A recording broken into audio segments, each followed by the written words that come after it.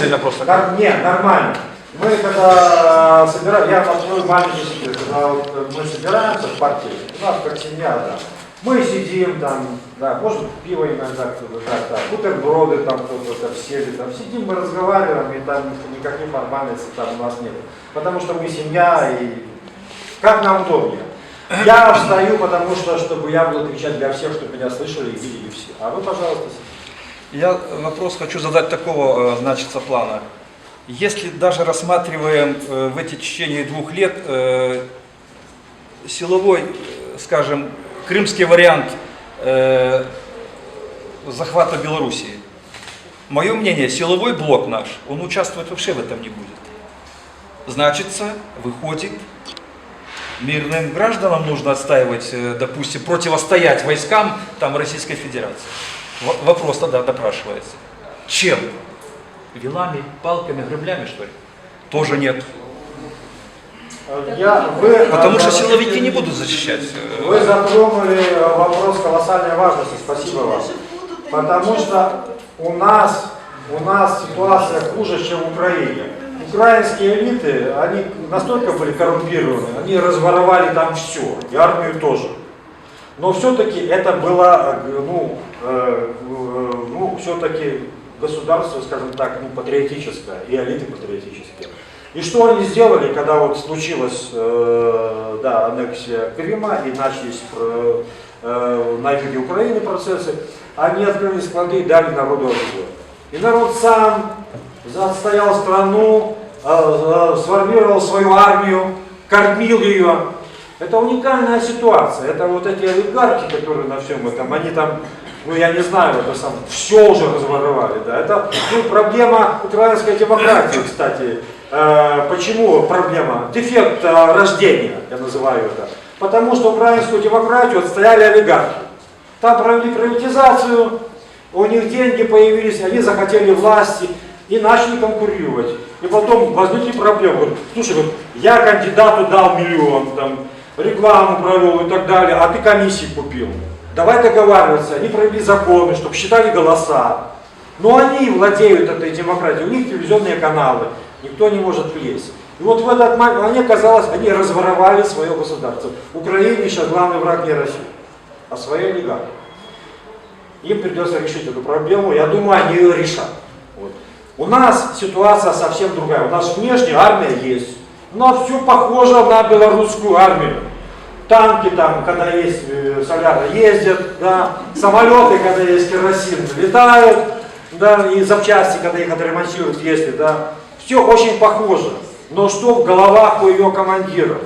Потому что люди шли в армию к президенту, который говорил, я на коленях поползу в Москву, там, возьмите меня.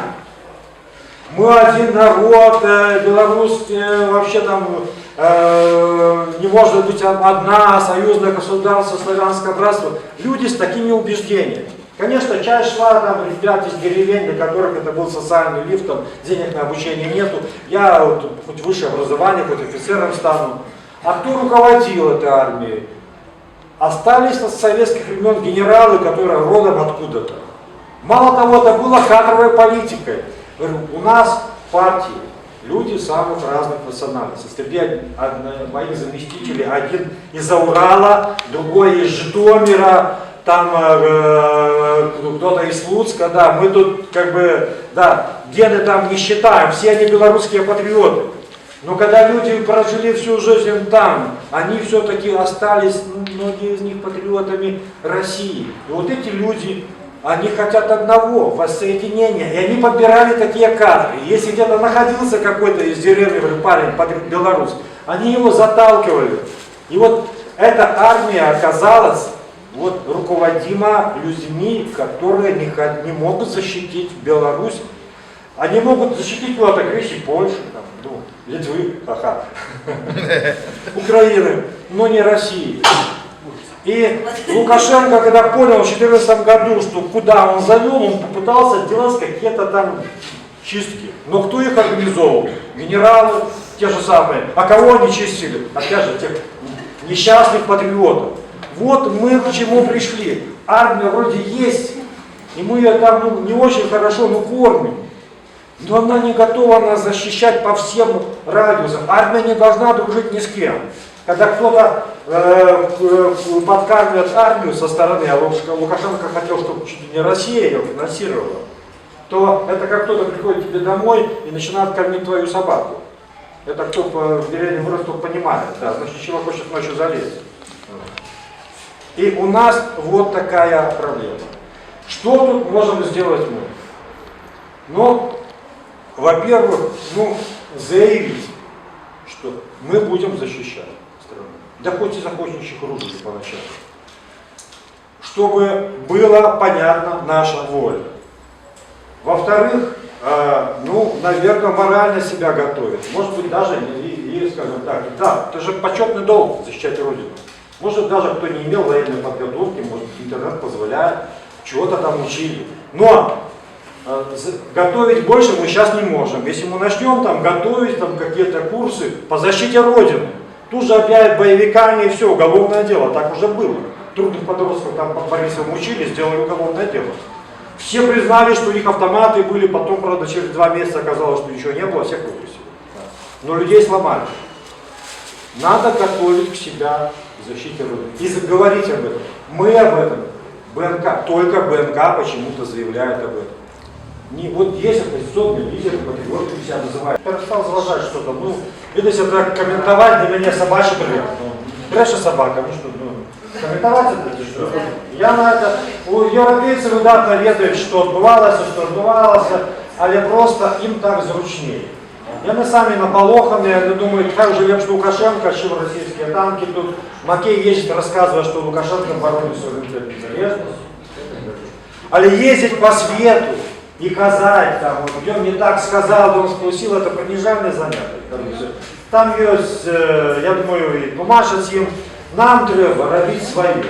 Нам треба думати, як визволити країну і оборонити її незалежність. Тим займаємося. Захід, Європа, вот это до вашего питання, щось з нас зробить, політики зроблять, треба самим робити. Вот самая моцная перемога оппозиции за последние 5-6 год – это отмена декрета номер 9. Вибачається, але тільки пару політиків публікують. Микола Статкевич мере до гэтага дачынення. Большасць палітыкаў гэтым не займалася. Народ паўстаў і зрабіў. Тое ж самае павінна быць зараз. То есть нельга чакаць, што за нас зробяць справу Захад, палітыкі, марсіяне, хто заўгодна, трэба самім рабіць. Я разумею, што складана браць адказнасць на сябе, але паглядзіце на Украіну. Куча палітыкаў было, так? Неважно, як мы да іх ставімся. Порошенко, Кучма, Медведчук. Человек, которому сколько Зеленскому? 41 год. Относно молодых по мерках политика. З'явився ниоткуль і став президентом країни. Його не питають там, хто за мене що зробить. Я кажу, не важно, як ми до його ставимося. Це вже інше питання. Да? Пашинян той же самый. Про его никто не ведал. Вот я был в Армении за полгода до революции. Там мне сказали, у нас змены, да николи такого не будет, за полгода до революции. Ни про какого Пашиняна никто не ведает. Человек подумал, поставил задачу, ни на кого не сподевался, собрал свою команду и зробив революцию, зробив перемены Украины. Вот то есть, так же само треба думать всім нам, розумієте? Не треба ні на кого сподіватися, треба самим щось робити. Тоді и Запад прислухается, и многие чиновники, я веду, что и в Минске такие есть в регионах, которые уже рихтують собі місце, думають про те, що в Україні будуть зміни, і думають про те, як би оказатися не в тюрмі, а хоча б каля влади. Вот вони ж глядять на нас усіх, вони глядять на народ. І коли народ буде суб'єктом, тоді ні Захід, ні Росія, ні Путін, ніхто інший, ні тим більше Лукаву, которого рейтинг просто немає. Нічого з цим не може зробити. Это, может быть, хтось подумає, що абстрактне слово, да, але подумайте просто, треба брати відповідальність на себе. Кожному з нас. Тут 50 чоловік, у кожного з вас там, сотні знайомих, сотні сябров. Уявіть, це просто армія. Просто думайте. Тоді не буде ні виступу питання, інсульт, не інсульт, це не інсульт. Питання до двох, я думаю, що абсолютно слушно, що сказала Євгенія, я його долучаюся. Варіанти зміни рахунку ситуації наступні. Це революція, будуть люди вищі. Вельми важливо буде, хто узначає себе. калі не узначаліць патрыятычныя сімвалы, можна зрабіць дзяржаўнасць. Што робім мы зараз? Мы зараз весь час, як кажуць, прапануем грамадству сваё лідарства. Мы выходзім у цэнтр Мінска, дарочна паўтараюся, не для того, что нам подобается, там, кажуць, потом сесть, там, сидеть там на сутках, там, как нас там покручивали и так далее. Мы просто застаемся в центре увага народа, как люди ведали, что мы выходим за них. Как они ведали, что когда они поднимутся, что гэтые падение повесить. От этого будет, я не буду социальные питания, як почалося в 17-му году, але они потом стояли уже под нашими стенами. Как так, знову було, але ви знаєте, більше в масовому режимі. Аналогічна ситуація буде, коли ви кажете інсульт. Коли інсульт буде організований, не організований, там одразу поспробують перейняти владу там, з двох боків, з Москви і з оточення. Але це буде одразу виключно, вот это, коли внешне здавиться, одразу вибух емоцій. Люди попрут на вулиці. І тоді все буде залежати від того, хто їх узначалить. Ми готові. І активна частка громадства нас ведає. Ведає персонально не ні. Я це бачу на кожному кроку у будь-якому місті Білорусі. Ми так це готові. Постійно готові. Полоханные, затюканные люди, які свою тени боятся. Яны не то, что выйсці, яны всего боятся. Это зразумело, потому что на сегодняшний день стратить працу, это значит голодной смертью человек помре. Ну и так далее. Тому далее. Вот это наиважнейшая, на мой взгляд, проблема мовная. Вы обещали с Кадар Николай подробнее рассказать про белорусскую мову. Ну, может, расскажете. На мой взгляд, катастрофа на сегодняшний день. Вот я являюсь сябром товариства белорусской мовы, мы ходили по школам, агітуємо батьков для першоклассников, які ходять в перший класс, как подавали заявы на белорусскую мову навчання. Вы знаете, такая катастрофа, увогуле отсутнічая белорусская мова. Нема ни одной белорусскомовной школы, нема высшейшей навчальной установы, где белорусы могли учиться. То есть все зрусификовано. То есть будучи такого громадства нема. То есть громадства у нас белорусского нема. И гэтая большасць, она не уявляе себе белорусской. Яны тихо, як зайцы сядзяць, разумееце, тому казаць, что яны... То есть, на мой погляд, трэба какие-то меры, я хотела бы вас почуть, как як эту большасць зрабіць беларускай. Таксама мы, акрамя мовнага пытання, на мой погляд, галоўнае, потому что мова, ёсць нацыя. Не будзе мовы, ясно, что не будзе нацыі. Люди будуць, а нацыі не будзе. Недавние такие падзеі, это крыжавому курапатах. Улады показали, что яны ступілі на незваротны шлях, на мой погляд. Далей, по гісторыі мы гэта добра ведаем, далей курапацкія ямы, пасля крыжавому наступаюць курапацкія ямы. Калі крыжы спаганілі адзін з галоўных сімвалаў хрысціянства, крыжы, выцягвалі іх, вывозілі ў машыны для смецця. Ну, это з уладамі ясна. А вот грамадства, таксама стала на незваротны шлях. Мы ж не оборонили, христиане маю на увазе, не маю на увазе светская держава, а христиане мы ж не оборонили. То есть стан громадства, увогуле, я не ведаю, что з ним можна зрабіць. Тому у меня такое питання до вас, это, на мой погляд, найважнейшее, что за той большасцю рабіць и як до іх навернуть до беларускасці, потому что это галоўны, так скажем, показчик нашей будучыні. Дзякую. Колоссальный крок наперед. Мы створим необходимость и почнем марудно, поступово гадаваць поколение. Ну и хай оно будет на початку двухмовным. Нормально, это конкурентная перевага невеликой краины. Мы дойдем до таких часов, что третья мова будет английская. А тогда я разумел, что это меньшинство. Бо большинство была за руку. Але вы бачили гэтых людей. И бачили, калі спрабавалі разганяться. Я лічу одним з таких ключових моментів заховання незалежності 17 кастричника 99 года, Марш Свободы. Коли люди взялись за брусчатку, коли летали камені, коли були десятки поранених з двох боков, коли Лукашенко сидел 5 дней в бункере в Острашильском городку і боявся вийти, а потім вийшов і став розмовляти як пазняк. Я за независимость никому не отдам.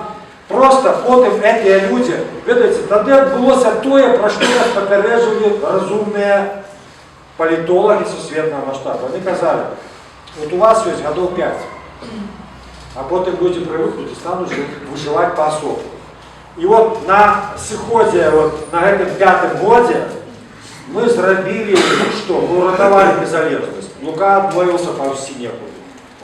А ці люди, як ми чекали, я вірив, що чекає мене особисто, коли вони пойдуть в пасів. Але вони відстояли незалежність, але потім поглядели, країна є, демократія вже силу нема, і вони згубили надію і почали виживати.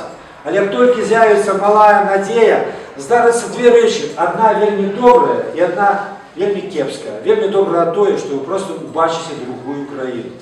Я пам'ятаю 90-е, як нам казали українські депутати парламенту, у нас в парламенті вже нікого не було. Вони казали, нас 40% демократів в Раді. У нас мэр Киева демократ. Но Кучма приказал, убил Гонгадзе, мы выходим на митинг, нас 150 человек, из них половина депутатов. А когда депутаты уже еще на ОМОНовцы тянут по брусчатке, киевляне говорят, га-га-га. А у вас такая ситуация, у вас десятки тысяч. Как я вам завидую, что белоукраинцы не такие. Это просто для поравнания, скажем так. З'явиться надія, абсолютно побачите другий народ. Не тие більшість, але от з тих, от кажу, 30%, які вміють думати, побачите іншу атмосферу. Але відбудеться ще одна річ, і вона буде впічитися вже амаль 100%. Тому що накоплена велика ненависть, вона придушена. Бойтесь ненависти спокойного человека. 25 год придушивали. Ну, ненависти у многих какая-то меньше, они начали ненавидеть годов 5, это колоссальная личба. И мы можем убачить такие процессы, вельми жорсткие, вельми кривавые в тем лику. Этого б не хотелось, бо кажуть, ну, давайте пролить кров першу легко, потім это спинить тяжко. Але, ну, мабуть, так здариться, що ми убачимо перше. І я буду робити, що машина, як ми не убачили другого. Даруйте за протягнутий отказ, і я не хочу добавити. Я хочу допомогти. Мені не треба допомагати, я сам справляюся. Конкретный случай. Вы сказали, что силовые органы практически не будут участвовать. Буквально пару месяцев тому назад, кто в интернете видел, мой друг и выложил в интернете петлю, что невозможно жить по месяцу. Хочет Лаврентьев, так сказать, Александр. Я вылетел, мне позвонили мои друзья, я 1:30 ночи выехал к нему домой. Что не дай бог что-то случится, я в ответственность буду за него нести.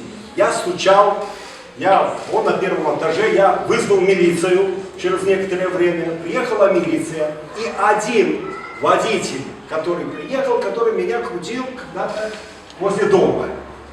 И мы более 2 часов, я не знал, что делать. Ломать не имеешь права, бить окна не имеешь права. Если бы вы слышали, к вам обращались, что они перли вдвоем, капитан и этот... Не закладывайте людей. Вы уже кажется, Николай Васильевич. Им уже не бояться, я вам хочу сказать. Я прошу вас, не закладывать людей. Не закладывать людей. Я не шучу. По вашим словам, судя по служебное расследование. Я вам гарантирую. А они мне сказали, что они уже готовы, так их достало, что я... Николай Васильевич, вы нормальных людей, только вы сейчас... Спасибо. Не очень хорошо делаете. Вы сейчас нехороший поступок совершили. Простите тогда. Это у них будете просить прощения. Ладно, простите. Потому что я своих ругаю, когда кто-то отсидел на сутки, говорит, да там есть люди, которые все понимают, поддержали. Я говорю, сколько вы там были там до суда? Сутки. Все смены будут опрошены. Служебное расследование будет. Не закладывайте людей. Но это тоже так само отказ на ваше ответственность. Там есть разные люди и по незалежности. Як завжди, ходив на подарці, там, каля дома дочекаюся тиждень, ні, діться нема куди, півгодини за столу я виходжу, в'язуть. Розмова про Росію, про Путіна. Если Путин придет, вот, я говорю, я буду это только приветствовать других. А я возьму автомат и буду стрелять. Розные. Мы ведаем историю. Мы ведаем, что про многие речи мы не кажем, вот Миколай Викторович зараз правильно сказал, про такие речи мы не кажем, а их сотни. Вот, коли милиционеры, войсковцы. Что сказать про то, что вот коллега сказал Сергею про инсульт, нам с ВИЧ-комиссии скинули фотки. Як муку везут. Но я больше подробязно не буду сказать, потому что тоже будет справді подставы людей. То есть людей, которые готовы перейти на наш бок, их вельми шмат. Інша справа, що яны пяройдуся, як справді. Канкамус, старшиняра и Канкамус находимся в машине на соседней улице. И он был готов уже стартовать. На год силовиков я могу додать несколько цитат. Вадим Милитян сказал наступное договор. Чему у вас у народні вийшло тільки 1000? Я кажу, а кольки треба було? 10. Ну я питаюся, що 10? Тоді ви не перешкоджали, він каже, ні, тоді б ми долучились. Але інший сказав по-іншому. Інший сказав, каже так, в 10-м году на площі, ведаєте, чому ми вас не стріляли? Питаюся, чому? Тому що не було такого загаду. Я розумію, що це посил, а я йому так само даю навзаєм посил. Кажу, коли ти готовий стріляти, то ти будь готовий, що тебе так само пролетить пуля. И ты не думаешь, что зброя есть только у тебя. Зброя может быть у кого завгодно. Як тільки ти починаєш стрільбу, чекай від отказ тої ж саме. Коли ти хочеш війни, то ти будеш починати війну. І думай своєю головою. Ось, тому силовиков, міліціян, то це настільки закриті структури, настільки вони вельми моцна ось така корпоративна солідарність. І вони бояться відкрито цього відказу. Хотя, ось, коли ви, може, читаєте телеграм-канал Степана Свердлова «Нехта», там вельми шмат де зараз слів. 21 стагоддя – це інформаційне стагоддя, і держава просто проіграє. Просто інформаційну війну сьогоднішні влади не проіграють. Тому починаються суди за інтернет-репости і так далі, і так далі. Повторюся, просто доповню всіх. Силові структури і міліція, вони поділені на самом деле. І так само, як і наше громадство. Наші громадяни з'являються членами нашого громадства, вони такі ж самі білоруси, просто вони там працюють, служать. Дарусь, им не емко самим.